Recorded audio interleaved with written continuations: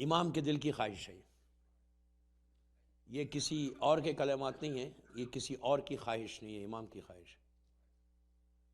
یہ جملے بہت امپورٹنٹ جملے ہیں کہ خواہش ایک وش ہے امام کی کہ میں کربلا کب ہوئیں گا، بدلہ کب لیا جائے گا، اس لمحے کے لیے، اس سیکنڈ کے لیے، اس جگہ کے لیے امام انتظار کر رہا۔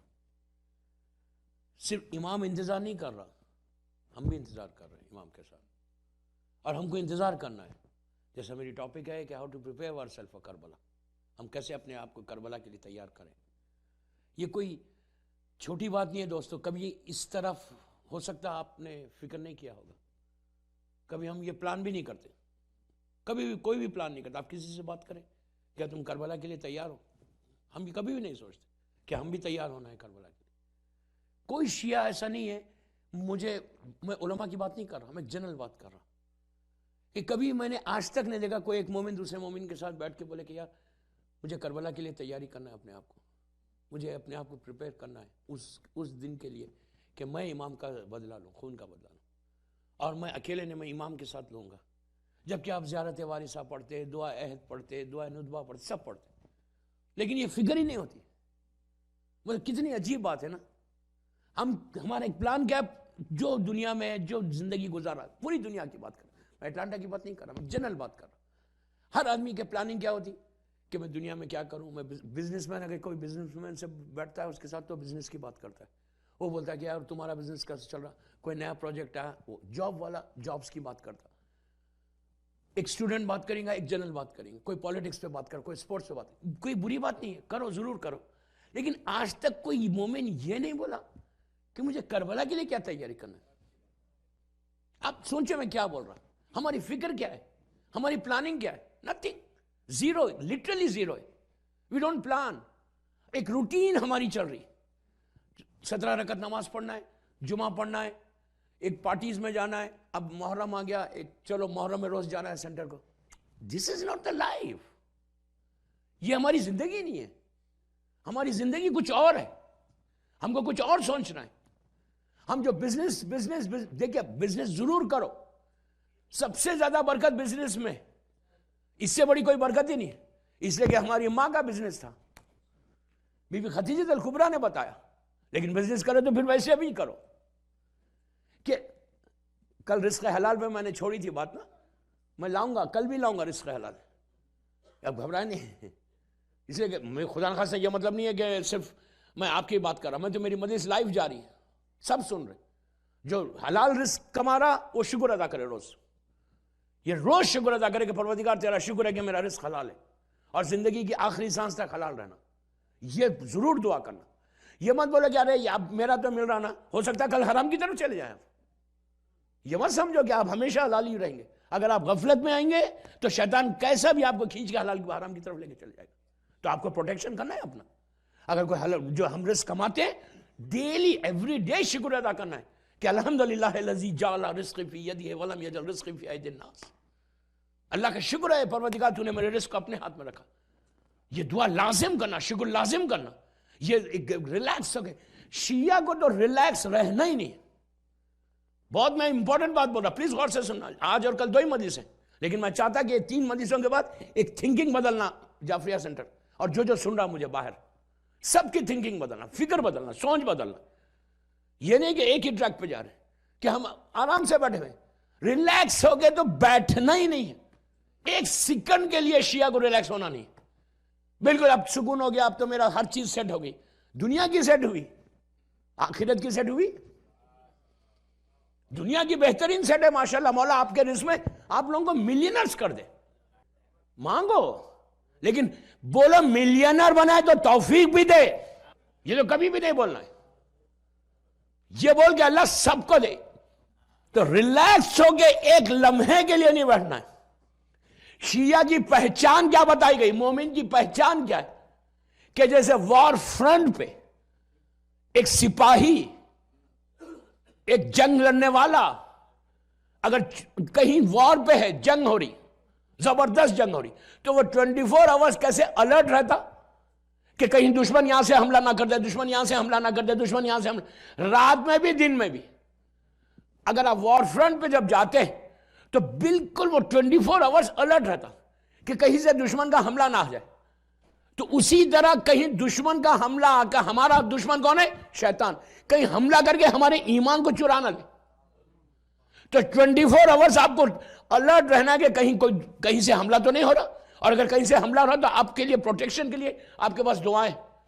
اس لیے کہ دوستو جو کچھ ہم کو کرنا ہے نا یہیں کرنا ہے. یہاں کریں گے تو پھر آپ کربلا جائیں گے. اگر ہم کچھ نہیں کریں گے, بلیو می, کچھ نہیں کرو گے, if you don't plan your self, ختم ہو جائے گی لائف. پھر ہم جائیں گے نہیں کربلا.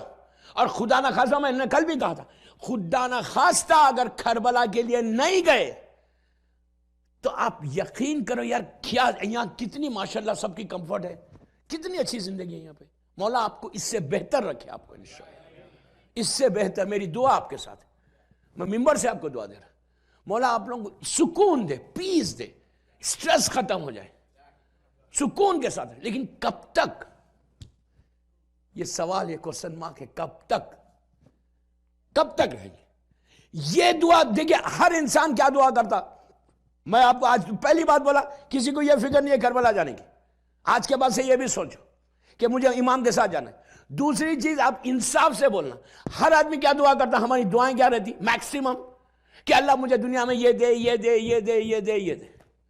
کبھی کوئی مومن نے یہ کہا پروردگار مجھے جنت میں یہ عطا کر, مجھے خبر میں یہ عطا کر, مجھے وہاں برزخ میں یہ دینا, تو مجھے یہ دینا, تو کوئی بولتا؟ ہم یہ دعا نہیں کرتے. ہم دعا کیا کرتے کہ اللہ مجھے یہ بزنس ہے تو اور ڈبل کر دے بزنس. اس سال میں ڈیری کوئن بولنے والا نہیں ہوں. یہ کوئی بری بات نہیں ہے, جو بھی آپ کا بزنس ہے.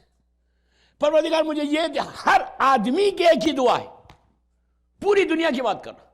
بہت کم لوگ ایسے ہیں, میں یہ نہیں بول رہا کہ 100%, 5-10% وہ آخرت کی دعا کرتے, لیکن میکسیمم دعائیں کیا ہے؟ بچوں کو کیا سکھاتے کہ بیٹا دعا کر کے ڈیڈ کا بزنس اچھا چلے, بیٹا یہ دعا کر کے یہ کاروبار اچھا رہے. کوئی نیا کاروبار لیتے فوراً مولوی کو فون کرتے, بابا کچھ دعا بتا دو.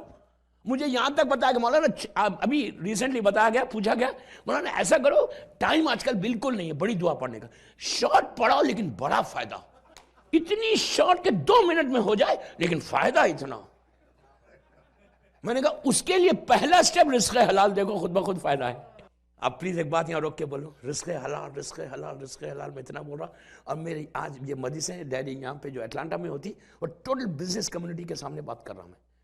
ماشاءاللہ پورے مولا آپ لوگوں کے کاروبار میں بے انتہا بی بی خدیجہ کی طرح برکت دے آپ کو انشاءاللہ, ان کے رزق کی طرح. تو کہا مولانا چھوٹی دعا بتاؤ لیکن فائدہ زیادہ. تو میں نے, پلیز غور سے سننا, میں ایک ایگزامپل دے رہا ہوں آپ کو. تو میں نے کہا رزق حلال کماؤ, غور سے سننا, پلیز غور سے سننا. تو اس نے کہا مولانا رزق حلال ہے لیکن 21 سینچری میں بے شک رزق حلال ہم کمانا مشکل ہے, لیکن تھوڑی بےمانی تو چلتی مولانا, جھوٹ تھوڑا تو چلتا, 2%, 3%, 4% تو کرنا پڑتا. میں نے کہا کیوں؟ تو کہا بغیر اس کے تو رہ ہی نہیں سکتے. سکسیسفل بزنس مین بن ہی نہیں سکتا. پلیز غور سے سننا, سکسیسفل بزنس مین وہ بن ہی نہیں سکتا 21 سینچری میں جب تک تھوڑا بھی جھوٹ نہ بولے. میں نے کہا کیسا بول رہے آپ؟ اس نے کہا ہو ہی نہیں سکتا. آپ بزنس تھوڑی کرتے ہیں جو آپ کو معلوم ہے, ہم بزنس کر رہے ہیں, ہم کو معلوم. تھوڑا مطلب بولتا ہے کہ 1% اور 2% تو کوئی چیز ہی نہیں, وہ تو آپ کو بولنا ہی بولنا ہے. اس کے بعد میں بہت بڑے تاجر سے بات ہو رہی تھی, میں جگہ کا نام نہیں بولوں گا, بہت بڑا تاجر. اب پورے اسی طرح بزنس کمیونٹی کے ساتھ میرے ڈسکشن چل رہا تھا. ایکچوئل وہ بیٹھ کے بات, میٹنگ تھی, ریلیجیس میٹنگ تھی ابھی ایام اعظم میں, اور بیٹھ کے بات کر رہے تھے. وہ لوگ بولے نہیں مولانا آپ جو اتنا سٹریس کر رہے ہیں نا حلال پہ, 2-3% تو لازم ہے, لازم ہے, لازم ہے. پلیز غور سے سننا, لازم ہے, بےمانی تو کرنا پڑے گا. میں بولا نہیں, اسلام اس کا پرمیشن نہیں دیتا. بولتے نہیں. میں نے کہا ہاں, مولا علی کو نہیں معلوم تھا کہ 21 سینچری بھی آنے والی ہے. تو اس نے کہا نہیں ایسا. اس نے کہا کوئی پروف ہے کہ کوئی سکسیسفل بزنس مین ہو اور اس نے آج 1 درہم کا 1 سینٹ کی بھی بےمانی نہیں کی؟ میں نے کہا یس ہے. اس نے کہا کون ہے؟ میں نے کہا میسا میں تمار. پلیز غور سے سنیں, ابھی آپ نہیں سمجھے. میسا میں تمار. اس نے کہا میسا میں تمار کیا تھے؟ میں نے کہا اس زمانے کا سب سے بڑا بزنس مین تھا. تو کہا کیا تھا؟ میں نے کہا کوفے کے بہت بڑے مال میں شو روم تھا.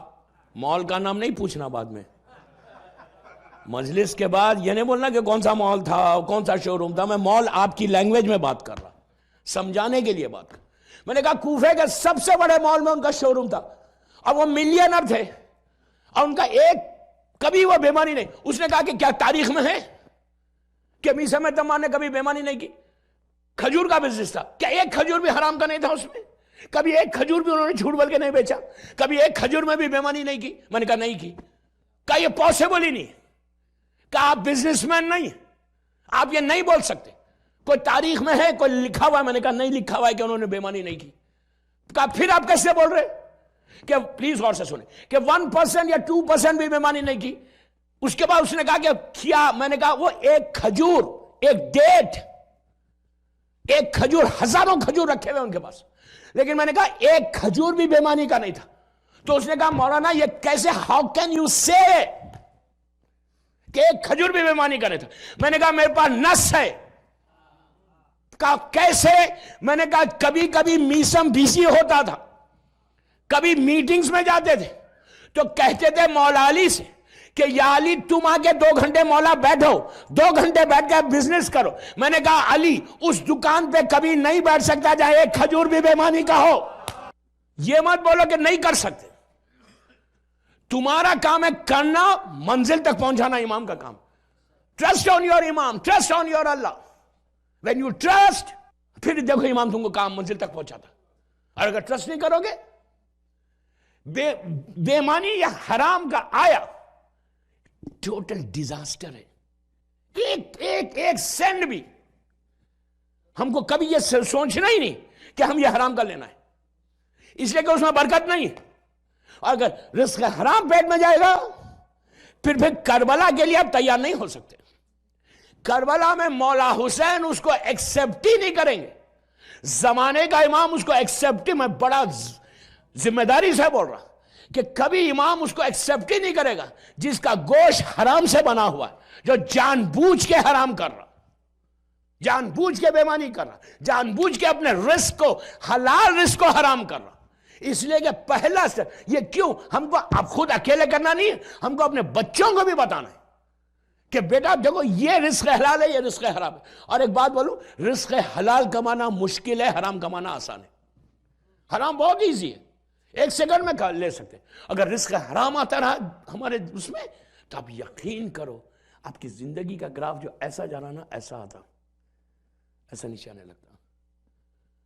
تھوڑی دیر کے لیے بہت اچھا لگتا، تھوڑی دیر کے لیے بہت زبردست لگتا، لیکن اس کے بعد جو انسان کی زندگی میں بیماریاں، صرف دنیا میں نہیں، رزق حرام کا جو نیچے جو حاصل ہونے والا ہے اس کا تصور. مولا علی کا ایک جملہ ہے نا کہ اپنے پیٹ کو لہد کے کیڑوں کی غذا بند بنا. اس کے بعد جب انسان مر جاتا نا 3 دن 4 دن 5 دن کے بعد، فرسٹ 3 نائٹس کے بعد، غور سے سننا سب کے ساتھ ہے کہ جو حشر ہونے والا ہے نیچے.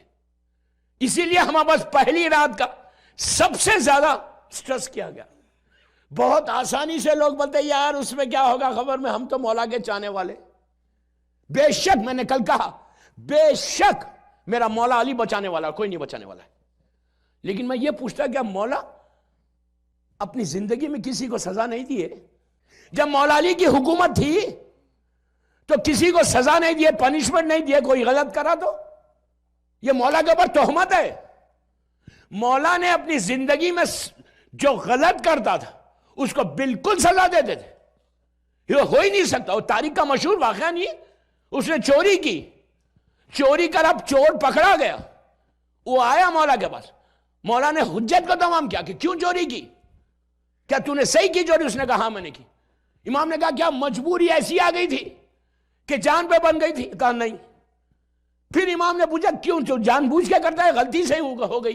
کہا نہیں جان بوجھ کے کی، میرا سٹیج ایسا تھا کہ مجھے کرنا تھا، میں نے چوری کی.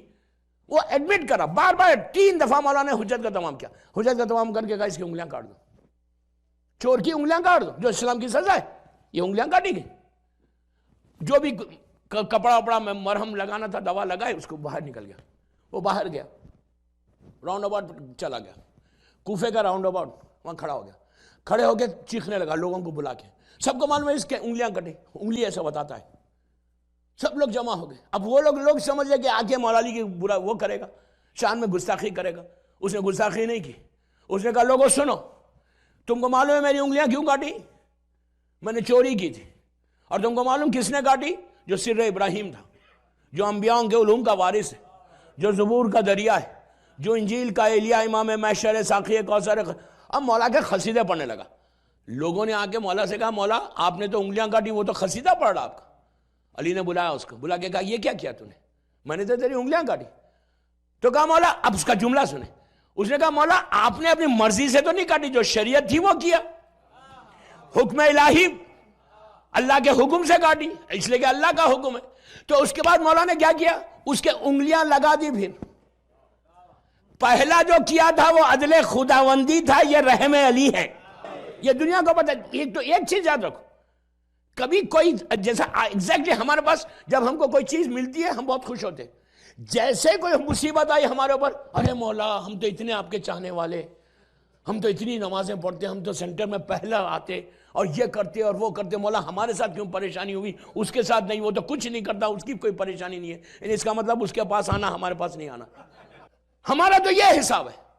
ہم یہ بولتے ہیں کہ ہمارے پاس کچھ آئے نہیں، جو کچھ آئے سامنے آئے میں بڑا ریلیکس رہوں. ریلیکس رہنا ہی نہیں ہے دنیا میں.